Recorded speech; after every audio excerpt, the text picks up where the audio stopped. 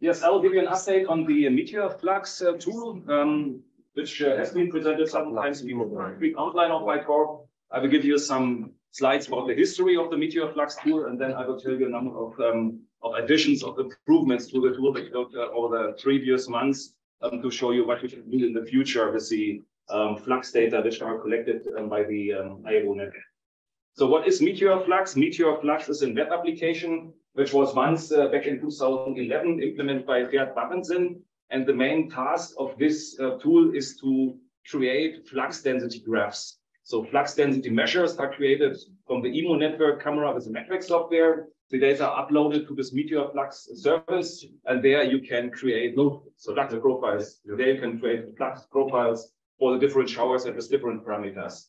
And this tool has been used countless times in all of my recent analysis, which are regularly published in WGN.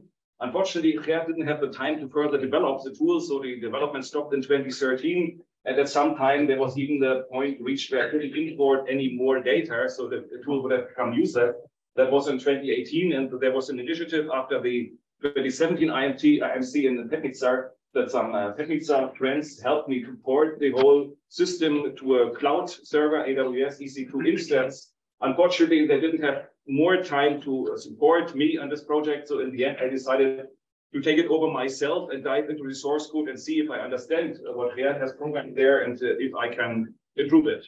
So this was the starting point. In the middle, that's me. On the left side is what I was used by that time. So I was doing programming in C++ for metric or in C, just running on Windows or on DOS. And then I got this black box, which contained all types of different sorts that I was not aware of or that I didn't know of. I mean, running in a cloud server on AWS with Ubuntu as operating system, with an Nginx and UWSGI as web server, including Google Maps interface.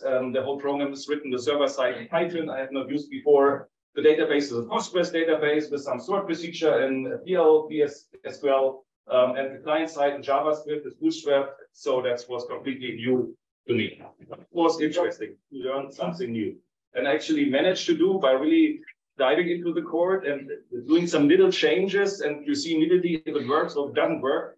So over time, that's what I presented, I believe, in 2017 or 2018 or 2019. I could implement some new functions. So for example, a temporary database where the data are uploaded directly, so that you have on relatively short notice after a shower already flux graphs, or even the real-time view, which is also visible on the IMO homepage. So where it's just with a delay of 5 minutes, you get a rough overview of the activity.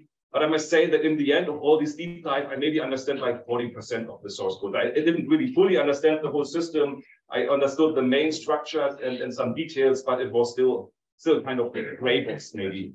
On the other hand, I start with the All-Sky 7 project. I mean, the next talk by Mike will be about All-Sky 7, and I created the homepage for the All-Sky 7 system. And actually what I did there, I reused the code from Meteor flux. So it was really my starting point to set up the All-Sky 7 homepage. And again, I did a lot of work and I learned a lot while doing this All-Sky 7 homepage. And now in the end, it was time to return to Meteor flux, that's how I call it here, and apply my new skills to see how further improve the Meteor flux interface. Okay, and here are the improvements. The first thing is about performance. So meanwhile, we have uploaded several 100 million of individual flux measures, because every camera of the EMO network every minute creates one record, and all of these are uploaded. So it's a huge database. And when we started with Meteor flux, it was much smaller, so it was performant. But now, if you want to create a larger plot, say from a lengthy time, from the whole period of the proceeds, for example, it could take very long, even so long that your browser would run the timeout. So what I did there is to apply my new Postgres database skills. I split the database by shower. Later, I learned, okay, there's an official term for it. The official term is partitioning of the database. And then it needs speed up the whole calculation by a factor of 3 or 4. I also introduced some session timeouts to avoid anyhow, to avoid these bloody timeouts. And in the end, now we can really do complex analysis with the tool anymore, and we will not experience any timeouts anymore. So that was like the technical foundation. And then about new functions. The one thing I presented already back in 2014 in the IMC is about the population index of a meteor shower. So in 2014, I had introduced a concept how we can calculate the population index from IMO network cameras. And the basic idea is very simple. So we have different kinds of cameras. They have different limiting magnitude, really in a large variety, starting from maybe +3 up to +8 or +9. And each of these cameras is sampling the flux density, so at a certain limiting magnitude. And if you combine the data in a clever way, then you are really able to calculate the population index from that. That's the basic idea. And this was implemented, but so far only in a batch script running on my own computer. So I have created a number of analyses, but I could only do it on my own. And what I did over the previous months was really now to port this script into the Meteor Flux software. And now, sure enough, you are able to calculate population index profiles on your own. This is again a stored procedure for the more technical theme guys, a stored procedure in the database because it has to be efficient. And the nice thing is I could already reuse many of these flux densities functions. So like you have different options how to bin the data, to put in more or less data into a bin. You have the same options as for fluxes to create like two graphs and compare them. And yeah, you have a number of filter criteria to really create these population index profiles. And that is here just as an example, the outcome. So if you're now doing a profile for all the Perseids from 2011 to 2018, that would be the profile from the flux density. And below there, that's a new graph which you will get, which is about the population index. It takes longer because population index calculation means effectively you have to calculate the flux density graph n times, but still, thanks to these performance improvements, it's acceptable. So even for a large shower, it may take like 2 or 3 minutes that you have to wait, but then you'll get the answer. That was the one improvement. Another one. Also, something I presented at an earlier IMC, I believe it was 2016, which was about some strange dependency that we here see on the lunar phase. So we see, I mean, we know it from visual observations that whenever we have like full moon shower maxima, for example, for the Perseids, then we see that on average, the visual ZHR are going down. In the video data, we see the opposite effect. We see that if we have bad observing conditions, full moon, we see higher flux density measured by our video cameras and lower population indices. So we have not a clear understanding why, but at least I wanted to implement some functions that will allow us really to analyze and find the root cause and maybe filter out bad observations with full moon and so on. And yeah, now that we have like a decade of data, almost 12 years of flux data in the database, it's really time to study this effect. The unfortunate thing is to study this, you need some additional parameters like the solar and lunar altitude, the lunar phase, the distance of the moon from the field of view, and these are not yet part of the database. So what I had to do is to implement these additional parameters. So I extended the database scheme, and these parameters are now stored in addition for each individual flux density measure. And there's a nice function in Python, which can be taken from the AstroPy library. It was just 10 lines of source code. Really cool, 10 lines, and you get all the stuff like, where's the moon? What is the distance of the moon? What's the moon phase? Well, the unfortunate thing is that it takes about 2 seconds to calculate this with the AstroPy library. And now if you calculate 2 seconds multiplied by a few 100 million of single records that we have, that would be several years. So again, I had to do some tweaking, had to do some performance improvement. In the end, I could speed it up by a factor of 1,000. And then it took me just 2 weeks to reload the whole database, calculate the lunar and solar position for each individual minute. And so you can now create new plots. Again, there are a number of parameters that you can select to identify good or bad conditions. And here's a quick example, is a comparison. So the red graph, that's the Perseid peaks average over the last 9 years from the good data, and the blue graph, the same thing from the bad data. So then there was a full moon and close to the camera. And you see the same effect for the bad data. We see like higher rates, higher flux densities, some lower population indices. So it works in principle. And now, of course, it's time to really do some science of it to try to understand why the moon is impacting our limiting magnitude and flux density measures. At least we have now the tools in our hand. Okay, next improvement, something I did just last week, perception coefficient. What is a perception coefficient? Well, we know from visual observers that even if we have 2 observers who have the same limiting magnitude, one of them sees more meteors, the other less meteor consistently. And this is something which is corrected by this perception coefficient.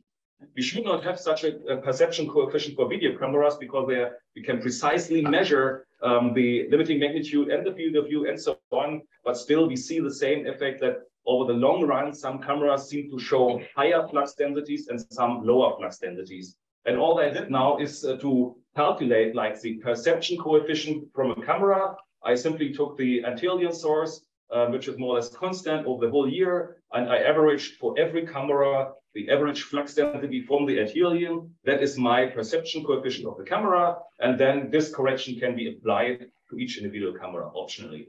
So the outcome is shown here again on the right side. You see differences.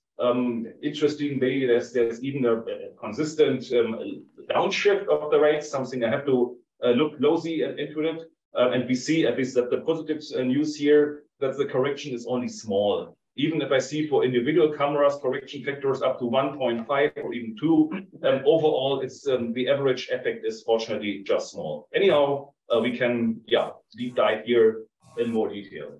Okay, and then the last thing, how much time left? Okay. So far, we are just talking about the flux data, which were uploaded already for the last 10 years. But we also have the observational database and Meteor database, where all the single observation is stored, like which observer, which camera, at what night, how many hours, and so on, and where all the individual meteors are stored. And 2 years ago, I had migrated these data in the Postgres database on my computer, and now I have simply uploaded these observational data onto the Postgres database on the cloud server. So there's like almost 200,000 individual video observations and over 4 million meteors. And then I have created a number of reports that you can do via a new web interface, like the monthly report, for example, which I present regularly in WGN, or quarterly report. You can get statistics from the observer. You can get all kinds of statistics from the meteor shower. You can download now the meteor data, also with certain filters. So if you just want to download your own data or certain camera data, you can do it just with a few clicks, and you get in the end a CSV file. At last but not least, the whole database, so including all the videos, all the images, all the log files, all the reference files, that is meanwhile over about a terabyte of data on my hard disk. I have compressed that and uploaded that also to AWS on a cheap but very stable long-term storage. And the idea is that in the end, everyone can access the data. If my house burns and all my databases are burned and my hard disk, but hopefully it will never happen, but at least the data is secured here on AWS store. And this is just a quick view, like if you look at this new interface, which is here available at this temporary URL. So here you have these observational reports that you all know from WGN, and then you can create a number of reports for observance statistics, for meteor statistics. You can download the data, or this archive. I have not yet published this, but all the data is uploaded. I just have to think about some authentication mechanism who I can grant access and not. So, but everything is in place. And last not least, Meteor flux and metric algorithm. I was asked several times, so can you please publish the stuff? The thing has been developed over many years, and every individual piece had already been published on some IMC, on some WGN paper, but there was never really a paper which described the whole story. And now I was asked again a few months ago, and then I kicked myself here into this backside and finally wrote a paper where all the algorithms, all the things are explained, and I just sent it the other day to Jabber, so it will be probably published in the next WN issue.